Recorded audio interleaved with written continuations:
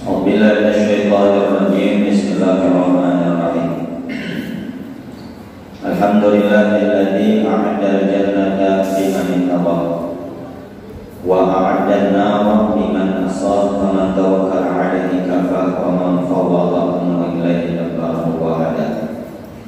Ahmadu subhanahu wa ta'ala 'ala ma a'ta. Asyhadu an la ilaha illallah wahdahu la syarika lah alladzi tanazzaha kulli ma siwa. Wa asyhadu anna sayyidana wa nabiyyana Muhammadan 'abduhu wa rasuluh alladzi ikhtarahu Allah wastafahu wa jadabahu. Allahumma shalli wa sallim wa barik ala sayyidina wa habibina wa syafi'ina wa qurrati a'yunina Muhammad wa ala alihi wa sahbihi wa mawalah amma ba'du. Faqad qala al-mu'allif rahimahullahu ta'ala wa nafa'ana bihi wa bi ulumihi fid dharain amin ila al-qala. Dalam hadisnya baginda Rasulullah sallallahu alaihi wasallam menyatakan basyiril masya'ina bid-dhulami basyiril masya'ina ilal masajid bid-dhulami binurita yaumal qiyamah, yang artinya berikan kabar gembira bagi orang-orang yang berjalan ke masjid pada malam bulan gulita dengan cahaya yang sempurna pada hari kiamat. Hadis ini adalah menyatakan tentang keutamaan, fadilat dan kelebihan berjalan menuju masjid untuk melaksanakan sholat berjamaah. Allah Subhanahu wa taala akan memberikan cahaya walaupun dia menuju masjid di malam yang penuh dengan kegelapan. Karena di zaman Rasul pada saat sholat maghrib dan isya terlebih subuh itu harinya itu gelap benar. Makanya kata Nabi, sholat yang berat bagi orang munafik itu sholat isya dan sholat subuh. Kenapa? Karena harinya sudah gelap, tidak kelihatan orang-orang yang ikut sholat bersama Nabi memang orang-orang yang beriman kepada Allah dan Rasul. Mereka yang hanya menampakkan secara zahir imannya, apabila tidak terlihat maka mereka tidak ikut sholat berjamaah bersama Nabi di gelanggang Nabi SAW. Oleh karena itu kan Nabi SAW, kalau sekiranya orang munafik mengetahui keutamaan sholat isya dan subuh berjamaah maka mereka mendatanginya dengan melangkah. Beruntunglah kita sampai saat ini Allah Ta'ala mudahkan langkah kaki kita menuju masjid rumah Allah, sama-sama melaksanakan sholat berjamaah, yaitu sholat maghrib. Mudah-mudahan kedua kaki kita ini terus Allah mudahkan menuju tempat-tempat yang dicintai dan diridhai. Ketahuilah, dua telapak kaki kita ini juga nanti yang akan kita injakkan melintasi titian as-siratal mustaqim. Panjangnya 1500 tahun, 500 tahun mendaki, 500 tahun mendatang, 500 tahun menurun. Maka orang yang menjaga sholat dikatakan dia akan melintasi sirat ini secepat kilat yang untuk ada sirat kalbarki. Mudah-mudahan Allah Ta'ala istiqomahkan kita. Amin. Jamaah sekalian yang dimuliakan Allah, kita melanjutkan pelajaran kita dari Kitabul Arba'in dari Imam Nawawi, kitab yang berisi 40 hadis Nabi SAW, yang sengaja Imam Nawawi memilih hadis-hadis yang riwayatnya sahih dari Nabi SAW. Bukan hanya sahih saja, tapi hadis-hadis itu ringkas, pendek, tapi maknanya padat. Hadis yang kedua, an Umar aidan radhiyallahu ta'ala anhu aidan qala. Hadis yang kedua dari Kitabul Arba'in ini dari Sayyiduna Umar bin Khattab radhiyallahu ta'ala anhu pula. Karena hadis yang pertama, hadis tentang niat semalam, itu juga riwayat dari Sayyidina Umar. Nah, hadis yang kedua pun juga dari Sayyidina Umar. Qala, Sayyidina Umar berkata, bainama nahnu julusun 'inda inda Rasulillah sallallahu alaihi wasallam dzata yaumin. Tatkala kami duduk di sisi Rasulullah SAW pada suatu hari, ittala alaina rajulun syadidu bayadil thiyab syadidu sawadi sya'ar. Tiba-tiba muncul atas kami seorang laki-laki yang sangat putih pakaiannya dan sangat hitam rambutnya. La yura alaihi atharus safar wa la ya'rifu minna ahadun. Tidak terlihat atasnya bekas perjalanan dan tidak satu pun di antara kami yang mengenalnya. Jadi laki-laki yang berpakaian sangat putih, rambutnya hitam pekat ini tiba-tiba muncul begitu saja, langsung ada. Makanya kata Syekh Umar, tidak ada bekas-bekas tanda perjalanan. Kalau orang berjalan di tengah gurun Sahara, itu sangat kelihatan dia dari perjalanan jauh. Dari mana? Dari pakaiannya yang dipenuhi dengan debu ataupun pasir. Rambutnya pun lusuh, bajunya penuh dengan pasir, karena di gurun Sahara. Ini karena munculnya tiba-tiba, maka sama sekali tidak ada. Dan satu pun di antara kami tidak mengenal siapa ini laki-laki. Nah, seorang laki-laki yang berpakaian sangat putih, rambutnya hitam ini, singkat cerita, dia adalah Sayyidina Jibril. Malaikat Jibril yang datang kepada Nabi karena ada sesuatu yang dia ingin ajarkan. Para ulama mencatat turunnya Sayyidina Jibril itu sebanyak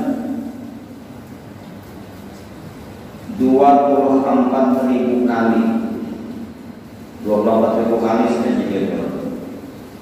Dan kadang-kadang Sayyidina Jibril datang menghadap Nabi dalam bentuk rupa manusia, menyerupai salah seorang sahabat. Ada salah seorang sahabat yang diserupai oleh malaikat Jibril, namanya Dihyah Al-Kalbi. Dihyah Al-Kalbi ini orangnya paling bungas, orangnya paling gagah. Jadi malaikat Jibril ini hendak menuruti orang, berpilih-pilih juga sama. Nang dipilih sidin, nang bungas, nang gagah. Nah, Rasulullah SAW sering memakai Dihyah Al-Kalbi sebagai utusan membawa surat. Jadi Rasulullah biasanya menjadi yang dikirim utusan itu rupanya bungas, suaranya merdu, orangnya alim, akhlaknya baik. Jadi supaya orang itu terpesona melihat keindahan Islam. Menang dikirim orangnya ada bungas, suara kayak bumbang dalam balik, akhlak pada bagus, nanti orang lain.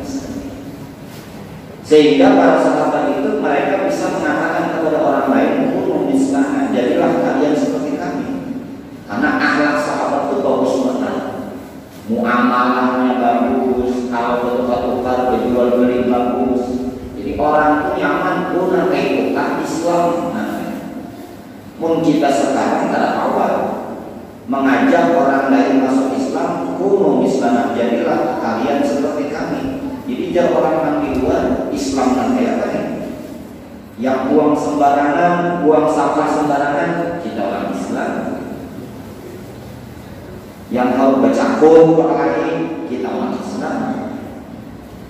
Ya Allah. Ya kita kadang menutup kekurangan saudara-saudara kita di dalam Islam.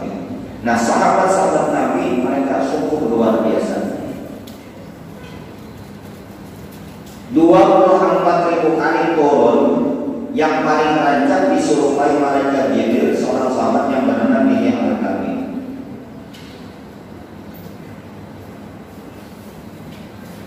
Berpakaian sangat putih, rambutnya sangat hitam.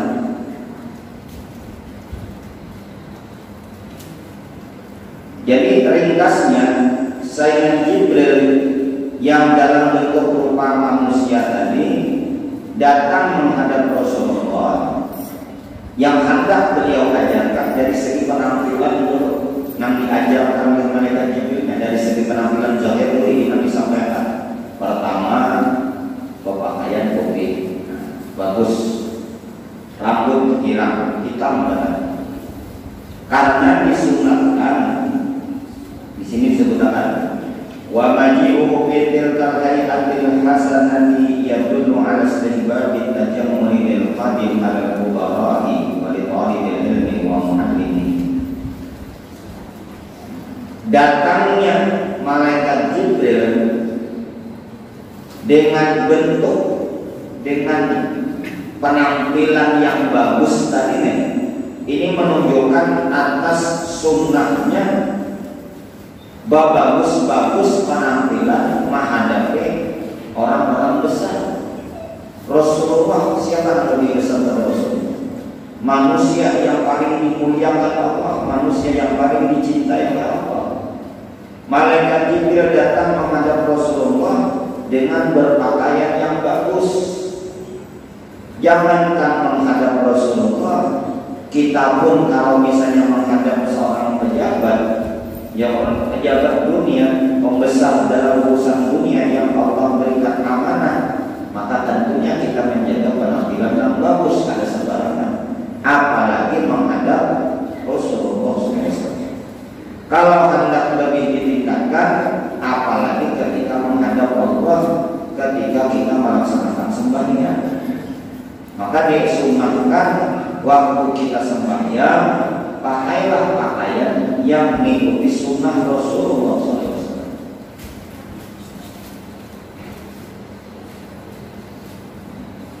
Pakaian warna putih, namun ada paling polos. Jangan ada gambar. Hari Jumat disunahkan baju putih. Hari Jumat sembahyang Jumat disunahkan baju putih menghadiri sembahyang Jumat. Jangan bergambar, jangan ada corak-corak dan sebagainya, sunah hukumnya. Yang ada juga sudah hari Jumat sembahyang ke masjid pakai gamis putih tapi transparan, dalamnya kelihatan gambar apa? Partai. Bukan kita kada boleh berpartai, silahkan. Bukan kita kada boleh berpolitik, silahkan. Tapi bila sudah masuk masjid, tanggalkan semua atribut-atribut politik partai kita. Kita masuk masjid sama kita hamba Allah Subhanahu wa Ta'ala. Ketulisan di belakang sini cocok bolonnya. Insya Allah bersih amanah. Ya Allah, ini gambar banteng anak menakut kali jual. Bajunya bagus sudah, baju warna putih bagus sudah, tapi transparan. Nah di belakang masih apalagi gambar garam, itu kan dari bagian kejulur hilangnya. Allah, siang nanti belakang. Jadi Sayyidina Jibril datang menghadap Rasulullah berpakaian putih. Ini mengajarkan kepada kita menghadap orang besar itu sopan.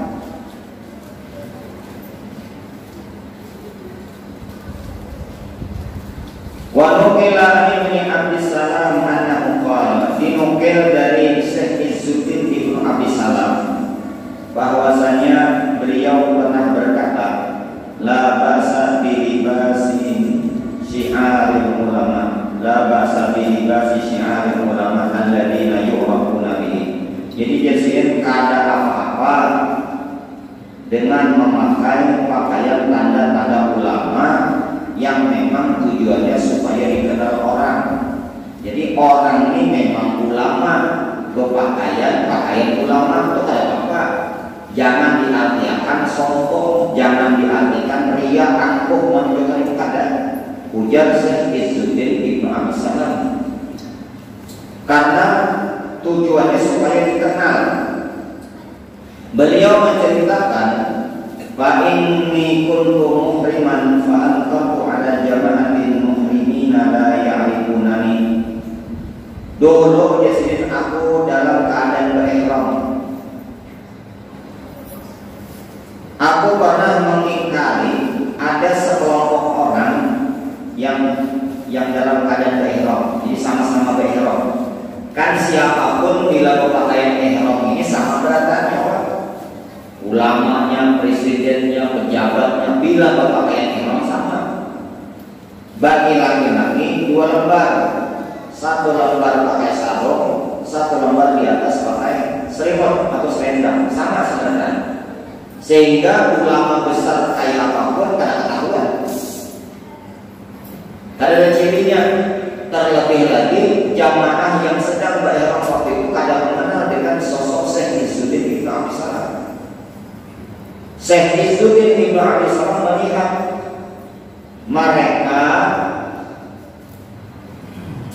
ada kesalahan adab-adab ketika melaksanakan tawaf. Jadi adab-adab melaksanakan tawaf itu salah. Didatangi oleh Syekh Izzuddin Ibnu Abi Salam, ditegur dan diperingatkan. Ini memang kewajiban orang yang mengetahui bila melihat ada orang yang salah, ditegur, diperingatkan. Tentunya dengan cara bijak, dengan cara tegur. Cuma rombongan jamaah yang berihram ini kada tahu lawan nama negeri siapa. Dikirain orang biasanya, kada diherani pukuhannya, kada digubris, kada didengar, kada ditaati, sama aja. Orang berihram jangankan pakai imamah, berkopiah aja ada, jawab berkopiah aja ada orang berihram. Nah ujar saya Izzuddin Ibnu Abi Salam ini aku pengalaman. Pas limbah aku tuntung berihram, falamma labistu siyabal fuqaha'i wa anqartu alaihim dzalika sami'u wa ata'u. Tatkala aku memakai pakaian ulama fikih, pakaian orang alim nih, pakaian orang alim, pakaian yang menunjukkan ini orang alim. Dan aku mengingkari bahwasanya mereka salah dalam adab-adab melaksanakan tawaf. Mereka mau mendengar dan mentaati. Kan kadang-kadang pakaian itu kadang-kadang. Jadi orang alim berpakaian orang alim bagus kalau tujuannya supaya seperti tadi. Nah, alim itu orang awam, orang jahil bawa pakaian kayak orang alim. Nah, memang alim.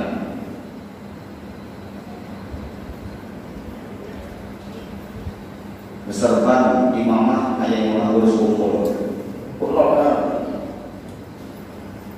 Beserban bagus saja, beserban bagus kalau salah. Cuma di wadah kita ini bila orang beserban berimamah, kebanyakan orang mengatakan sih itu orang alim, ya Pak. Bila orang yang imamah beserban, kebanyakan orang mengatakan sih itu orang alim, kebanyakan. Cuma berhubung orang ini orang biasa, orang awam atau mungkin orang jahil, karena mungkin dia senang memakai serban, ya hanya bertobat, tak boleh katakan itu senangnya berserbannya. Ternyata di dalam kesehariannya ada perbuatan-perbuatan yang menyalahi syariat, misalnya disalahnya aja. Nah orang awam itu kadang melihat lagi siapa yang menggawini, orang awam orang kadanya yang dilihatnya ini beserta orang alim menggawininya, lalu menjadi dalil, menjadi hujah bagi orang awam. Nah itu yang dikhawatirkan. Jadi kita jangan serba-serba mau aja dia menginginkan. Sebetulnya hendak peserta silahkan, dan kadang-kadang orang beserta imamah ngadanya beli di kepala. Hendak berimamahnya sudah haji, gak perlu muka haji masalah, silahkan. Bahkan sembahyang sunat 2 rakaat pakai imamah jauh lebih baik daripada sembahyang sunat 7 rakaat tanpa imamah. Cuma disesuaikan dua bila hendak peserta, disesuaikan dua. Kemudian hendak peserta kita akan pelajaran hendak serban yang kemudian kalau hendak peserta nanti dilihat kuyu serban, jangan tapak meja atau suruh membini hafal kalau kita belajar ya hendak serban kayak kemudian tidak kayak kumpul kayak judi bisa hendak kumpulnya nggak bisa jual. Namun kayak kami ini ciri khas anak murid satu Umar, bang ciri khasnya ini tidak bisa banget ini seorang kita gitu bang. Boleh aja atau apa? Cuma di wadah kita ini itu aja. Sebagian orang menganggap yang beserta ini tuan guru orang alim. Dikhawatirkan dalam kehidupan sehari-hari itu nah kalau kita mengambil kesalahan lalu menjadi hujah ataupun ikutan orang itu aja besar. Di Yaman lah pengalaman kita, karena kalau liburan musim panas yang terjadi biasanya liburan musim panas, liburan kita gunakan untuk berkunjung ke tempat-tempat ulama baik yang sudah meninggal dunia ataupun yang masih hidup. Ulama-ulama di Yaman itu terutama di Yaman Utara. Yaman Selatan juga di Yaman Utara, kebanyakan ulama-ulama di Yaman Utara ini dasar biasa penampilan sehari-hari. Masih banyak penulis-penulis kita biasa aja, pakaian sih biasa, tapi ilmunya luar biasa. Ada orang ada luar biasa semua. Tapi di sini ketika seorang ulama berpakaian ulama itu tak apa-apa. Nah ini adalah pelajaran yang dapat diambil ketika melihat daripada penampilan Sayyidina Jibril datang menghadap kepada Rasulullah SAW.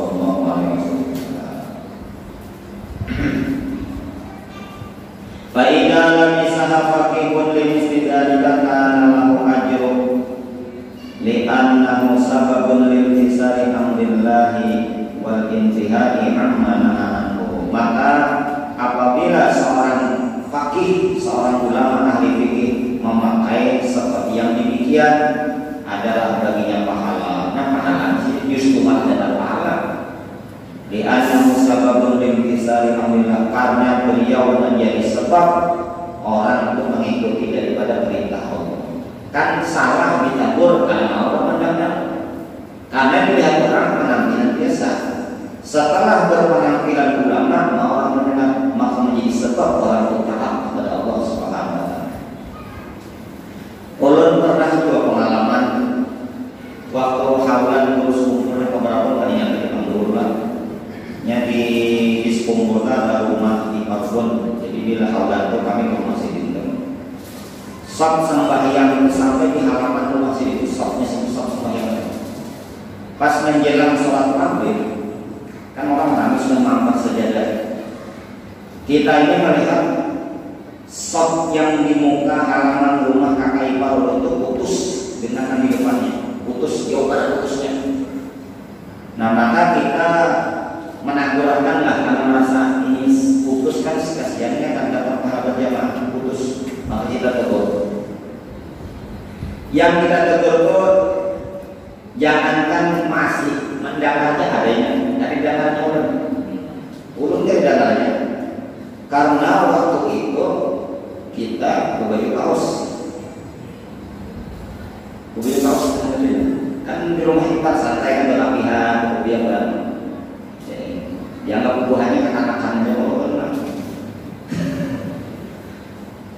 jambut waktu itu berhenti lagi orang ada dakarnya sudah kayak gitu pokoknya pak tolong pak ini sekian putus pak itu dulu kasihan ya mana mau masak Singkat cerita, beberapa bulan setelah itu, lalu ulun mau khutbah di daerah HKSN sana jadwal ulun khutbah Jumat. Limbah untuk khutbah Jumat, banyak orang yang datang. Ada beberapa orang, guru kami minta maaf dulu aja. Nanti waktu kumpul ya kami kan mendengar dia kami minta maaf karena udah ya. Kira kami ini siapa aja. Nah ya. Jadi kadang-kadang kita mendengar orang nasihat itu karena pakaian gitu mengalihkan. Jadi karena kita pakaian biasa, mual punya mual kan kayak artis juga. Lalu mendengar seorang kadang mau untuk kadang hendak mengenalkan dulu orang kadang mau untuk kita kan. Cuma kita mengimbau juga kembangan ini putus sekian jauh banget putusnya. Karena saya itu bukan kuit, saya itu banyak pasti ada. Nah, mungkin sama lah dengan kejadian dengan Sayyid Zubair bin Abi Salam tadi. Waktu sini bani ihram, jangan pakai gamis, pakai jubah, bakupiah yang ada lagi sedang. Mana orang jangan. Nah, maka tujuan kita adalah tentang alim orang alim berpakaian ini. Niat kita supaya bila memberi kepada orang yang mau mendengar itu dapat pahala tidak ada. Tapi niatnya bersombong-sombong itu nggak ada boleh. Gitu.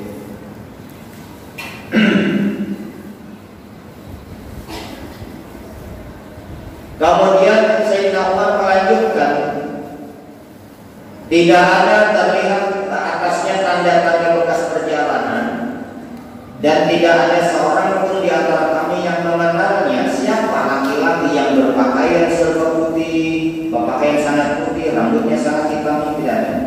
Hatta jalasa ila Nabi sallallahu alaihi wasallam, sampai seorang laki-laki tadi duduk langsung menghadap kepada Nabi. Fa'asnada rukbatayhi ila rukbatayhi, lalu ia menyangkutkan jadilah, lalu ia menyandarkan kedua lututnya kepada kedua lutut Nabi. Jadi Rasulullah itu waktu mengajar sahabat di waktu itu duduk Rasulullah itu duduk iftirash. Duduk Nabi itu duduk iftirash. Sehingga ulama mengatakan duduk iftirash itu duduk ibadah dikatakan. Duduk iftirash, duduk sinden namanya, duduk jadi duduk awal. Memang disunahkan waktu kita duduk di majelis duduknya kayak itu disunahkan. Ulun mengajar di pondok kekanak-kanakan santri ulun suruh duduk kayak itu. Tapi bila di majelis ini terserah dia aja, anak pesantren berapa? Nah mana kan apa tinggal. Ini santrinya bukan ulun. Yang penting mau biar datang ke sini duduk belajar, mau senang banget. Mau di pondok lain, mau di pondok datang terlambat dia berdiri itu setengah jam duduk dulu. Mau di sini coba kan suruh jadi dulu kan suruh bawa di murid. Dakwah. Duduk di teras ini kan mengantuk. Kalau dia duduk di teras kan mengantuk. Cuma bagi orang yang pertama kali duduk di teras panasnya luar biasa. Kalau pada salah Torekat Naksabandi, kalau pada salah waktu zikir duduk kayak itu. Cuma selisih sedikit namanya. Kalau untuk terasnya kita kan sembahyang berarti sedikit ke sebelah sini. Kalau sebenarnya kalau ke sebelah sini dari kanannya, kalau salah. Nah makanya Sayyidina Jibril yang waktu itu menyerupa seperti orang laki-laki tadi, kawat menyampukkan kedua lutut sini kepada kedua lutut Rasulullah. Kamu bersila atau bersambungkan? Parah benar tadi Sayyidina Jibril duduknya ke hadapan tanah.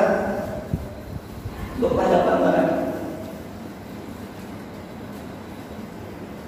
Wa wada'a kafaihi ala fakhidaihi, dan seorang laki-laki itu meletakkan kedua telapak tangannya di atas kedua lutut Rasulullah. Nah tentu saja di sini dalam tafsir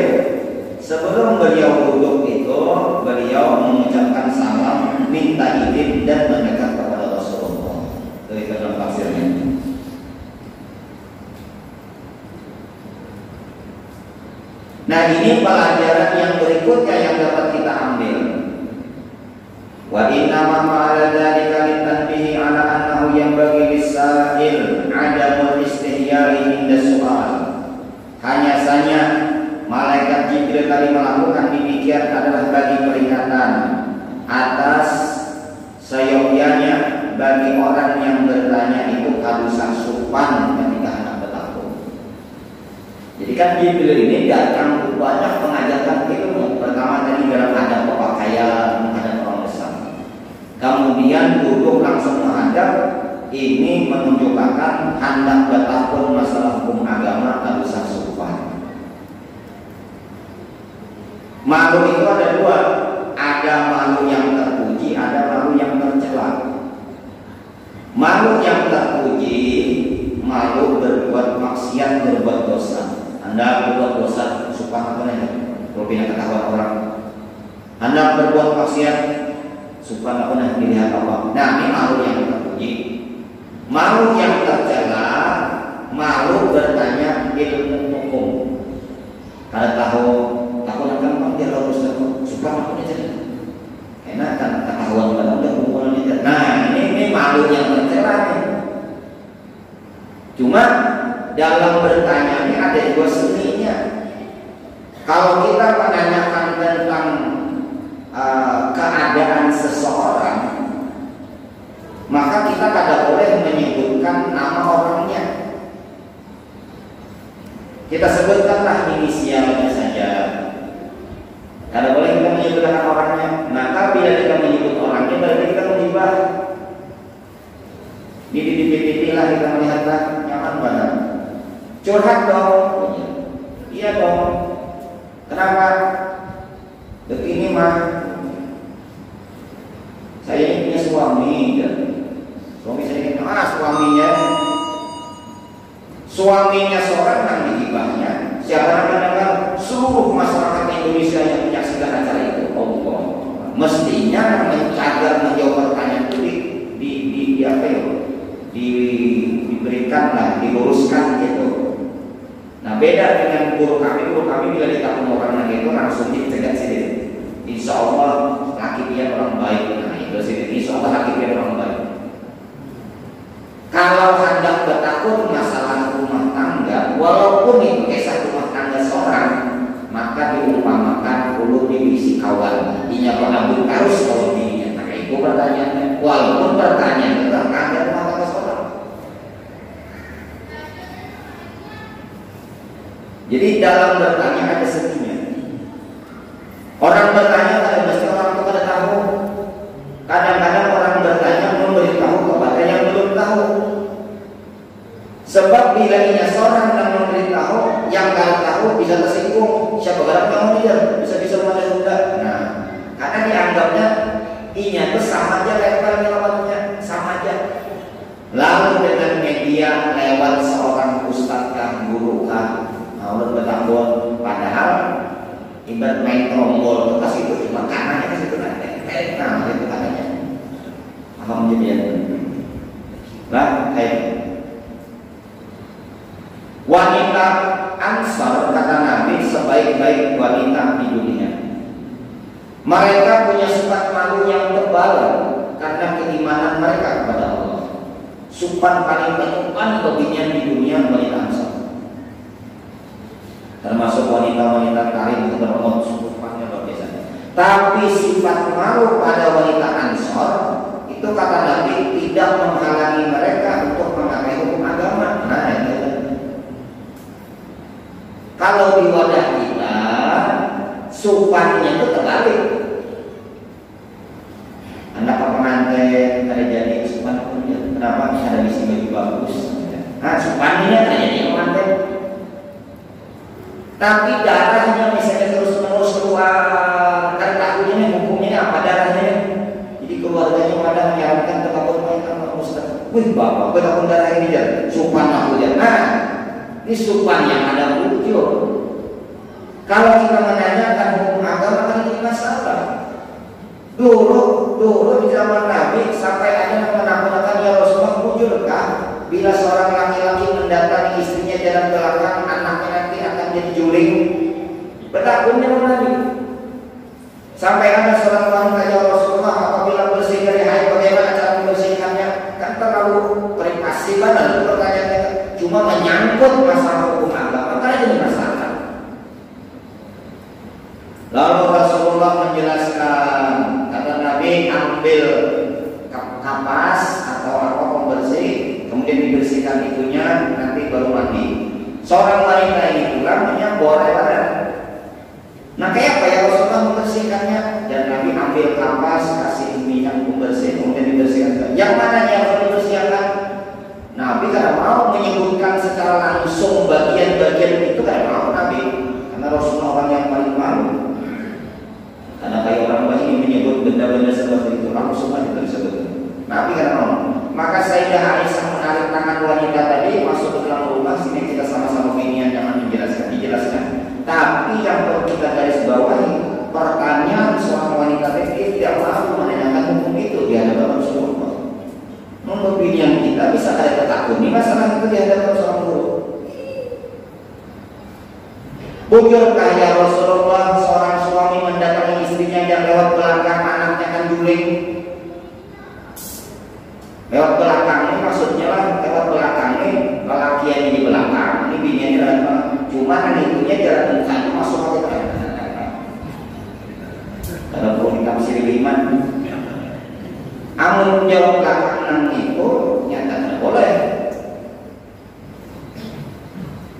Maka kata Nabi kata apa? Yang penting tujuan golnya nanti muka juga, gawang nanti muka juga dari gawang di belakang.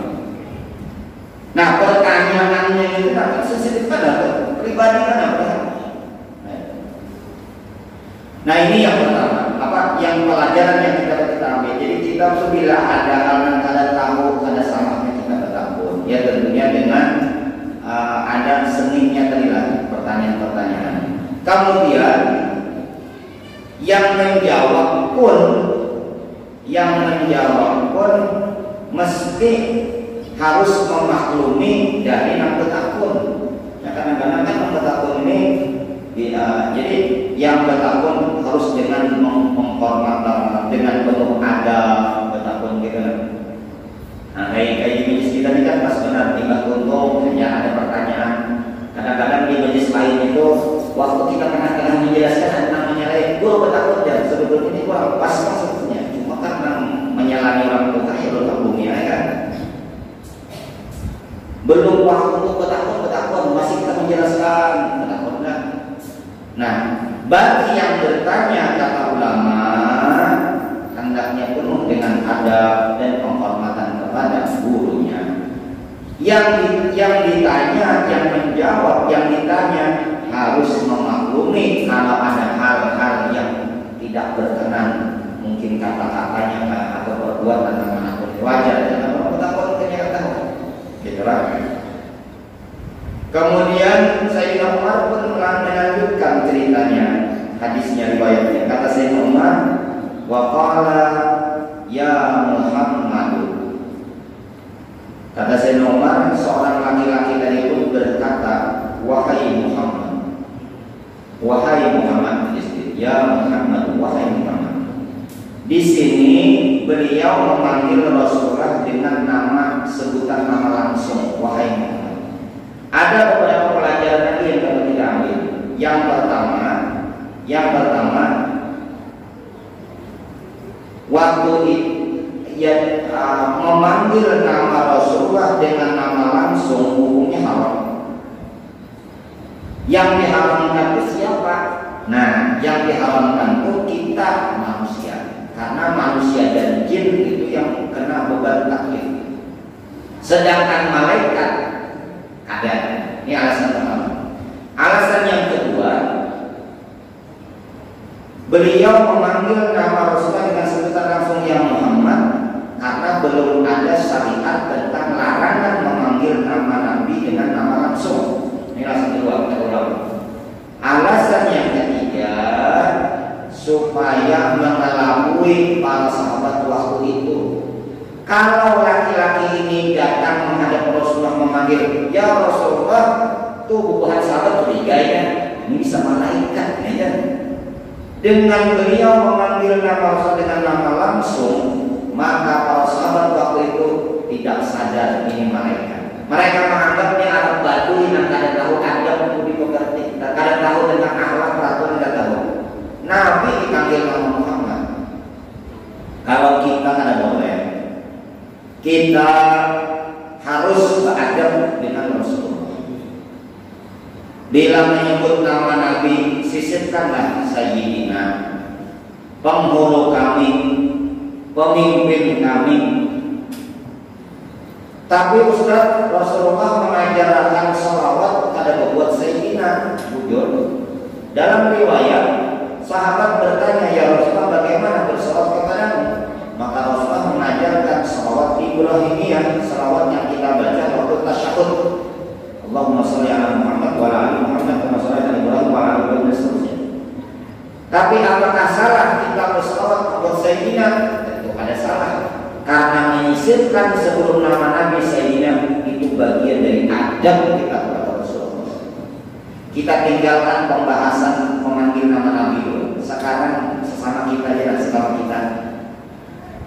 Bila kita berkenalan lawan orang, kenalkan ngaran ulun Haji Muhammad. Jadi yang saya mau kenalkan ngaran ulun Hasanuddin. Mengiang ngaran sini apa? Muhammad kah, Muhammad aja kah, atau kita panggil bapak? Kalau kita menghormati orang pasti kita mengiaskan, oh bapak Muhammad tinggal di mana? Waktu ditakuni tadi, sini menyebut Muhammad aja. Tapi kenapa kita memanggil sendiri bapak Haji Muhammad? Bapak adalah penghormatan. Kemudian mengiungkan orang langsung, apalagi orang lebih tua pada dia. Ada boleh orang itu ada tidak? Nah itu bagian daripada ada. Walaupun Nabi mengatakan berselawatlah kepada dengan Allahumma sholli ala Muhammad, tapi kita sebagai umatnya Allahumma sholli ala Sayyidina Muhammad. Ulun misalnya sekolah ulun sampai S3, S1 untung, S2 untung, S3 untung, banyak isi gelar, profesor, doktor di belakangnya, MA, PhD, macam-macam. Waktu ulun ditakuni orang kanan, maulah ulun pada akan gelar pian aja, pian sekolah pian sampai S3, S3-nya di Australia lagi, ilmu hukum. Ditakuni orang, maaf orang belum tahu ngaran pian ini siapa ngaran pian, belum tahu tulis undangan. Oh, tulis ngaran doang Muhammad aja sih. Padahal gelar sedikit banyak banget. Siapa yang lebih tinggi gelarnya daripada Rasulullah? Siapa yang lebih tinggi daripada gelar Sayyidina? Enggak ada. Maka wajar Nabi ditakuni nanti apa bersolat kepada pian. Ucapan mau bang sih mau ucapan Allahumma sholli ala Muhammad. Kita yang ada mau buat bekal pulang lengkap. Ada orang kada mau menerima undangan, dia undangan bukan dia baik dan negaranya kan dia sudah aja. Nang acara ini sudah mengatakan dia baik, kenapa baik? Ketinggal haknya lain. Aku bahagia deh. Waktu itu bahagia 10 juta, nyamanan badan terus sekarang udah ketinggal haknya lain undangan pun aja. Wow. Ada juga lain aja, dalam ketinggal yang udah sekolah S1 sudah 8 tahun, S2 2 tahun, S3 4 tahun, 3 tahunan. Apa dia tinggal kita yang undangan kita iya apa aja, gelarnya ketinggal ya. Ada apa orang yang kayak itu? Tapi kita harus punya gelar sebagai bentuk penghormatan kita tulis gelar sendiri. Itu tim bertulis biasanya di undangan, ada Allah di undangan di bawah. Mohon maaf, apa dia? Bila keliru dalam penulisan gelar Anda. Padahal kita sudah berusaha apa yuk gelar sidin dia doktor Abdus di belakangnya MA. Sahabatnya sidin profesor. Minta maaf kita kan apa itu? Jadi orang yang bersangkutan ditakuni kan apa memadahkan gelarnya, tapi kita yang tahu harus kita sebutkan gelar sidin, menghormati sekolahnya, gelarnya, pendidikannya. Begitulah kepada Rasulullah. Itu yang pertama, alasan pertama.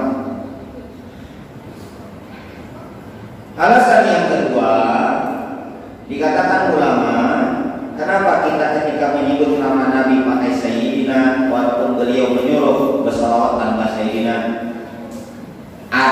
itu lebih diutamakan daripada mengamalkan perintah. Kata ulama dalam kaidah sulukun minal adab aula min imtisalil awamir. Menjalankan adab itu lebih utama daripada melaksanakan perintah. Ketika Rasulullah menjelang wafatnya, itu beliau tidak bisa bangun. Waktu itu para sahabat menunggu beliau memimpinkan sembahyang berjamaah, sehingga Rasul memutuskan yang jadi imam Sayyidina Abu Bakar. Maka Sayyidina Abu Bakar jadi imam. Di tengah-tengah Sayyidina Abu Bakar jadi imam, Rasulullah bisa bangun di bawah dua orang sahabat. Sayyidina Abu Bakar mendekat, di belakangnya ada Rasulullah, mundur sedikit. Ini orang ahli adab. Lalu sedikit mundur, Rasulullah meneruskan jadi imam. Limbah tuntung sembahyang ditakuni orang. Wahai Sayyidina Abu Bakar, yang nyuruh jadi imam Rasulullah. Pas sidin datang, sidin kadang menyuruh pian dan mundur. Tapi kenapa pian mundur? Ujar Abu Bakar apa?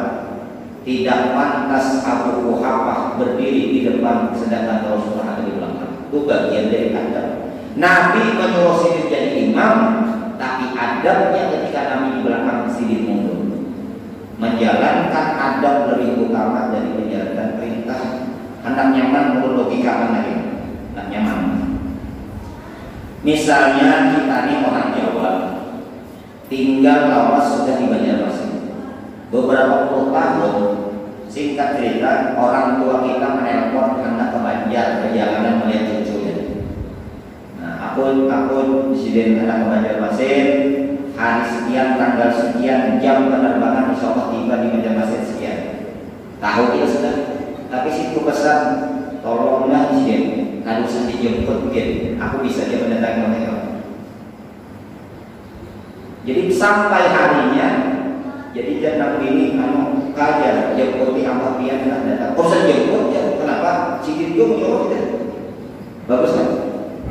Bagus kan? Jadi anaknya kan menjemput, kenapa? Karena abahnya juga yang menyuruh menjemput. Kalau anaknya tahu adab, biar abahnya jangan dijemput, jangan dijemput. Anak tahu diadab, tetap sih dia. Tunang tahu diadab. Kita tamu naik ke rumah kita. Anak dia kan sebuah banyaknya ada, harus tempat aja ada. Tapi kita tetap main kita belum banyak orang. Itu adab namanya. Perintahnya harus sebuah banyak, tapi ada kita menghormati tamu. Nah, ini bagaimana dengan Rasulullah? Nabi kepada Sayyidina Mu'az disuruh membuat Sayyidina, kepada sahabat yang lain membuat Sayyidina, masa kita kepada sahabat membuat Sayyidina? Nah, sedangkan riwayat ini ada tiga tafsiran adalah ulangi. Pertama, malaikat tidak dikenakan beban takdir. Jadi kalau apa Sayyidina memanggil nama Nabi dengan sebutan langsung. Yang pertama. Yang kedua, belum ada lagi hukum tentang larangan menyebut nama Nabi secara langsung. Yang ketiga, untuk mengelabui sahabat waktu itu bahwasanya nang datang ini bujur-bujur orang Arab Badui. Kalau sedikit membuat ya Rasulullah, mereka akan curiga ini adalah malaikat. Wallahu insyaallah akan kita lanjutkan malam Kamis yang akan datang. Ini waktunya menjawab beberapa pertanyaan yang masuk ke ruang redaksi kami. Nah, pertanyaannya sebentar. Pertanyaannya ini yang belum. Assalamualaikum warahmatullahi wabarakatuh. Guru yang mulia mengatakan, yang pertama, amun anak kadaba kita bujurkah kegadai. Apa maksudnya anak kegadai itu turun sedangkan orang tuanya pada mampu menafkahi? Nah, ini berdasarkan hadis Nabi SAW. Kata Nabi, kullu gulamin murtahanun bihaqikati. Tiap-tiap anak itu tergadai dengan hakikatnya. Imam Ahmad bin Hanbal, seorang ulama ahli hadis, muhadis, beliau menjelaskan yang dimaksud dengan tergadai itu tidak bisa memberi syafaat kepada orang tuanya dan kepada dia. Karena pada hari kiamat nanti bukan hanya kepada Rasulullah, kepada orang-orang soleh, wali-wali Allah yang kita harapkan syafaat, kita sebagai orang tua juga mengharapkan syafaat dari anak-anak kita. Nah, anak yang bisa memberikan syafaat kepada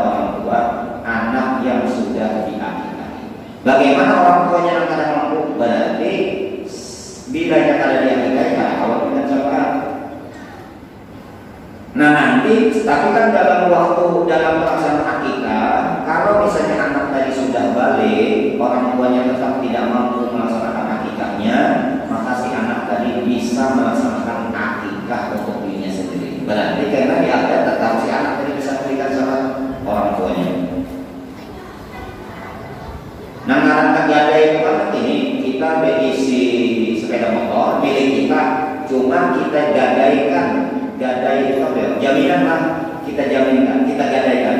Maka kita kada boleh lagi memanfaatkan kadang kalau kita memanfaatkan tadi karena barang jaminan tadi itu orang.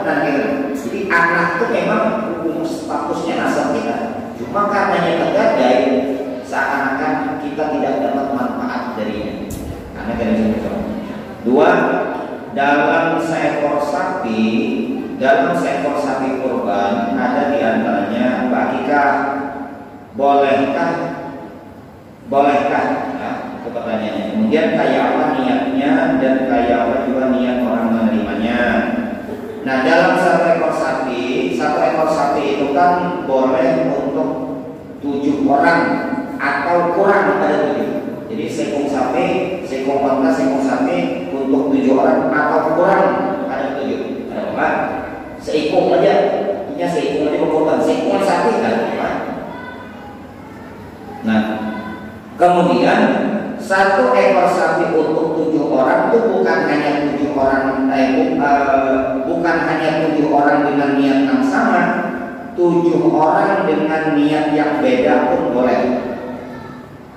Seekor niatnya korban sunat, seekor korban nadar, seekor akikah nadar, seekor akikah sunat, seekor lagi hendak dijualnya, seekor lagi hendak dimakannya, seekor lagi hendak dibayarkannya.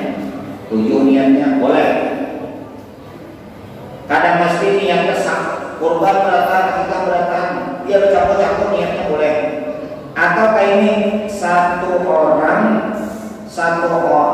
ekor sapi, 1 orang tapi niatnya 7.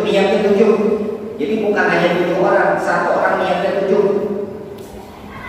Misalnya seekor niatnya ulun sorangan aja lah, tapi niat ulun 7 tik boleh tuan. Seekor sapi dari itu. Nah itu. Kemudian kayak apa niatnya sesuai dengan niat kamu korban. Nanti waktu mewakil dengan penyembelihnya itu yang disuarakan. Kalau niat korban sampaikan niat korban, niat akikah sampaikan niat akikah. Nanti ketika menyembelihnya itu tinggal yang menyembelihnya itu dia yang menyatakannya sudah diserahkan diwakilkan. Nah yang menerimanya kayak apa? Karena satu ekor sapi tadi kan bercampur, ada yang korban, ada yang akikah. Yang menerimanya kan jadi masalah. Tapi disunatkan memang kalau daging akikah disunatkan diserahkan kepada yang menerima, dimasak. Itu sunat, dimasak dengan masakan manis supaya kehidupannya manis. Batis tulang-tulangnya ini jangan dipecah, bagusnya mengkawat. Nah, jangan dimasak pedas lah. Karena kehidupannya pedas, penuh dengan usia dan cobaan. Kalau orang pihak mau kebagikan, masakannya pada segala. Bukan di kampung tuh dia ada ini. Ya, kan biasanya kita di orang meninggal kan berarwah ya makanan, baru makanan. Orang berarwah itu jangan masak sop ya. Kenapa ya? Karena kuburannya banyak ya. Jadi jeruk jangan masak abang aja. Kenapa Ustaz ya? Karena kepanasan jeruk. Kepadasannya itu macam-macam aja orang kampung aneh-aneh gitu. Kalau kita hendak tafaul yang baik itu tafaul karena masak manis supaya manis kehidupan. Tafaul itu tafaul jangan tafaul yang baik.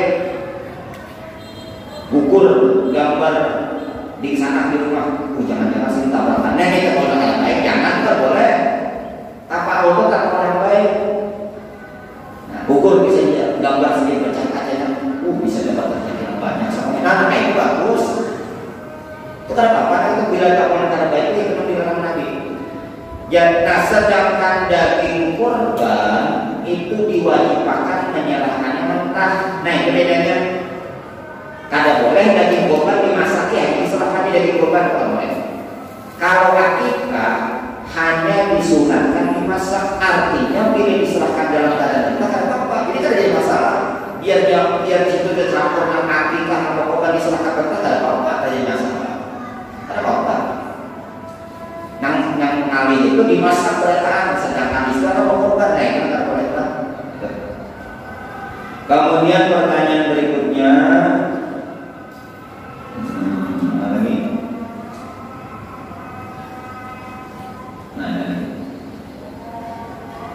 Assalamualaikum warahmatullahi wabarakatuh. Ulun ada beberapa pertanyaan untuk malam Kamis. Yang pertama, tata cara mengamalkan rukun qauli pada saat sholat berjamaah bagi seorang makmum. Apakah cukup gerakan bibir atau harus ada suara? Karena ada makmum yang menjalankan dengan suara agak nyaring, mulai iftitah, al-fatihah, ruku, sujud sampai dengan membaca tahiyat, yang dapat mengganggu kekhusyukan makmum yang lain. Ini pertanyaan pertama. Nah, batasan membaca rukun qauli itu, ngaran rukun qauli itu rukun yang diucapkan, bukan hanya sekedar menggerakkan bibir. Kalau menggerakkan bibir aja ada suara pada keluar, bukan rukun qauli namanya. Jadi yang namanya rukun qauli itu diucapkan, tapi batasan mengucapkan itu kayak batasannya sampai telinga kita mendengar. Hendak nyaman betul ya. Di tengah malam yang pada hening sepi ada suara, lalu kita bersuara, telinga kita mendengar dengan suara yang paling rendah, telinga kita mendengar, itu boleh dah, tenaga boleh. Bagaimana dengan mengeraskan suara? Mengeraskan suara bagi orang yang ada udzur hukumnya makruh. Bismillahirrahmanirrahim. Alhamdulillahirabbil alamin. Makruh. Tapi bila mengganggu yang lain bisa sampai haram. Tapi bagi yang udzur ini seperti apa? Sibir kada kaki mendengar, sibir membaca. Nah, itu udzur. Jadi sibirnya kada mendengar bila menurut kita gambar itu sadar mendengar, tapi sibir kan mendengar, sibir karena kemudian. Jadi mendengar jadi baca Bismillahirrahmanirrahim. Ini kan apa? Ini kadang makruh kalau haram. Jadi jangan kita pada akal ini mengganggu ini haram makruh ini dan belum tentu mensibin ada gangguan, ada gangguan itu apa? Jadi yang hukumnya makruh tadi kan tidak ada udzur sama sekali. Bisa jadi haram bila sangat mengganggu kekhusyukan yang lain. Ulun dulu pernah pengalaman sembahyang di masjid raya Al-Muntai. Ulun di samping muka sedang di belakang itu nyanyi pada baca kita. Ulun jangan di belakang, orang sana kan ada biasa kalau sudah tidak ulun sini itu memang kayak itu apa? Bolehkan tak boleh kan sini nyanyi mana? Sini kalau di mana marah itu kan sembahyang di luar cari mana sini cari pada imam. Baik itu bisa meninggal kalau sudah sini kalau sudah mau jadi. Jadi tenang aja, banyak buat dulu itu situ tenang aja karena sih itu ada udzur. Nah kita akan merasa terganggu karena sidin tadi, kita yang mencari tempat yang sekira ada tapi jelas selama suara sehingga. Yang kedua